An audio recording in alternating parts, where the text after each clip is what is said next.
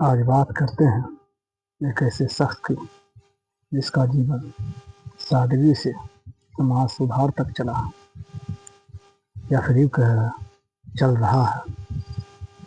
बात आज सोनम वांगचुक की करेंगे। 1 सितंबर 1966 को लद्दाख के उलेटेकपो गांव में जन्म हुआ। गांव में स्कूल नहीं था। माँ ने पढ़ाया। 9 साल की उम्र में भाषा की बाधा में आत्मविश्वास खो दिया।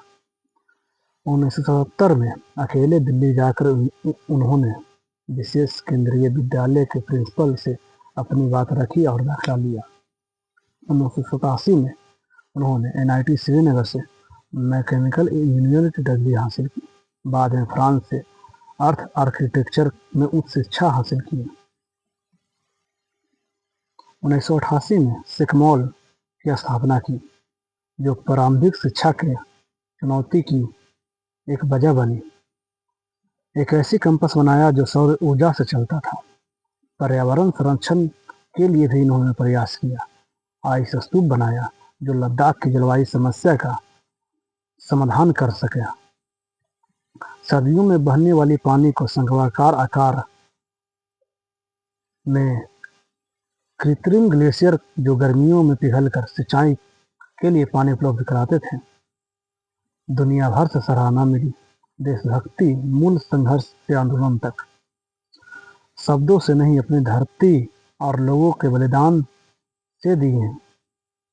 लद्दाख को छठी अनुसूची में शामिल करना हो या पर्यावरण स्थानीय लोगों के अधिकारों की मांग करना हो, उपलब्धियां जो वर्ल्ड लेवल पर इनके साथ चली।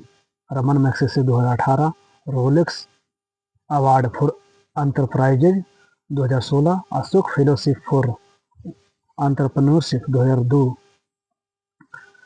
इतने सम्मान हासिल किए, फिर भी आज उनका भारत में सम्मान क्या है, ये उनके प्रोटेस्ट होते देख पता चलता है। किसी का कहना है कि इनका प्रोटेस्ट गलत दिशा में जा रहा। इनका प्रोटेस्ट फंडेड रहता है, कभी चाइनीजियों के द्वारा, कभी पाकिस्तानियों के द्वारा। लेकिन आप भूल जाते हैं कि वो हैं जो अपना पूरा जीवन अच्छा से बिता सकते थे, फिर भी इन्होंने संघर्ष चुना। ये नहीं है कि इनको ज़रूरत हो फंडेड की, ज़रूरत नहीं रहती है।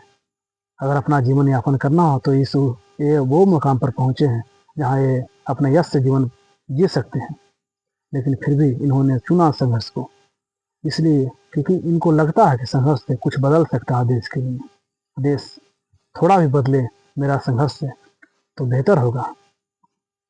लेकिन सरकार हमेशा इस तरह से ही सोचती है, जो प्रोटेस्ट होती है उसको दबाने की नहीं तो कम से कम करने की सोचती है।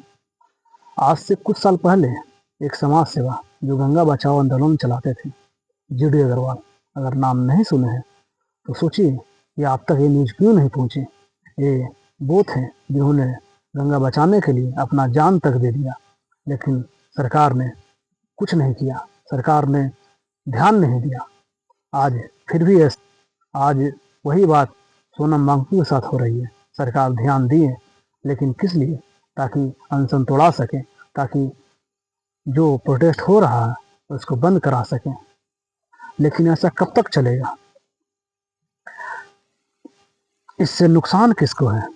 जो लड़ रहे हैं उनको नहीं, इससे नुकसान हम लोगों का है। इससे नुकसान हम लोगों के आने वाले भविष्य का है। और नुकसान ये है कि आने वाला भविष्य को हम जवाब क्या देंगे? जवाब दे नहीं सकते हैं।